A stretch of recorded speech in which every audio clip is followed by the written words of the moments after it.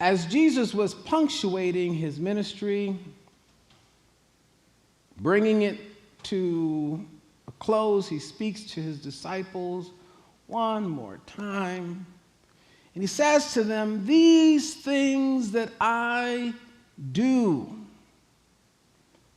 you will be able to do these things, but," come on, "greater things." Everybody say what? Greater things than this shall you do. And of course, we are still in the earth school, busying ourselves in the thick of thin things,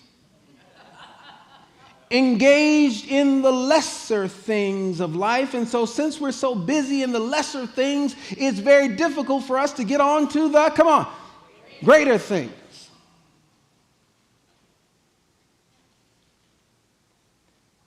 Why are we confronted with the lesser things? And I'm going to talk about what those lesser things are. The lesser things come to us so that we may build come into our lives so that we may build the mental, emotional, physical, and what? Spiritual fitness in order to address the, come on, greater things. What are the lesser things that we are here to address first? Because ultimately, we are seeking to address a paradigm or philosophy that produces a world of shame, suffering, sickness, and separation. This is the lesser thing, the mindset, the philosophy, the ethos that produces a world of what? Shame, suffering, sickness, and separation. Tell somebody, we've got to handle the lesser thing. Tell them, we've got to handle the lesser things.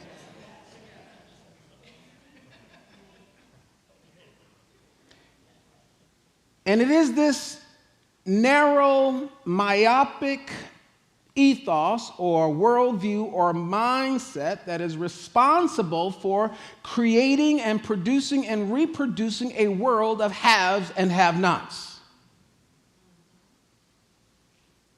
In fact, because we don't move beyond the paradigm and the ethos and the mindset of handling the lesser things, we cannot prove to ourselves that a world is possible. Does not include haves and, come on, have-nots. In fact, most of us, if you ask, deep down, don't believe in a world that can exist beyond haves and have-nots, superior me and inferior you. Are you with me? And so these lesser things, this lesser paradigm, this lesser ethos and way of seeing and moving through the world is what constitutes the birthplace of the isms and the phobias. The isms and the phobias. What did I say? Come on, the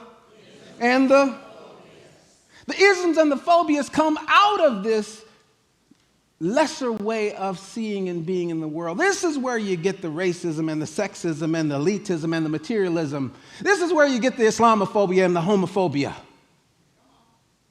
Because we move in a world where the size of our conversation is so tiny, so small, so childish, that we cannot perceive the world that the prophets, the saints, and the sages have always foretold. Who knows what I'm talking about?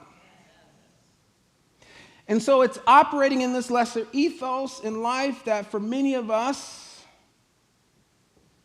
have actually been what has advantaged us in the world. In fact, some of us made it to Unity, to a place like this, because you heard that we will teach you how to manifest the things that you want to have in your life. Is that right?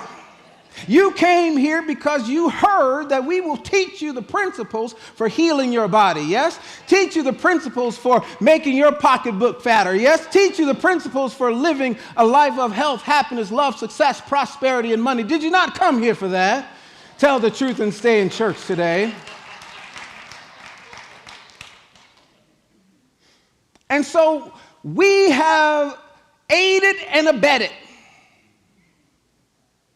We have aided and abetted you in getting better at manifesting a world of haves and have-nots, a world of materialism, and even a world of racism because of a misunderstanding and a misapplication of these principles.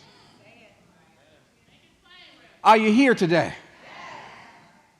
So I come back from Harvard because I know better, and when you know better, now you got to, come on, do better.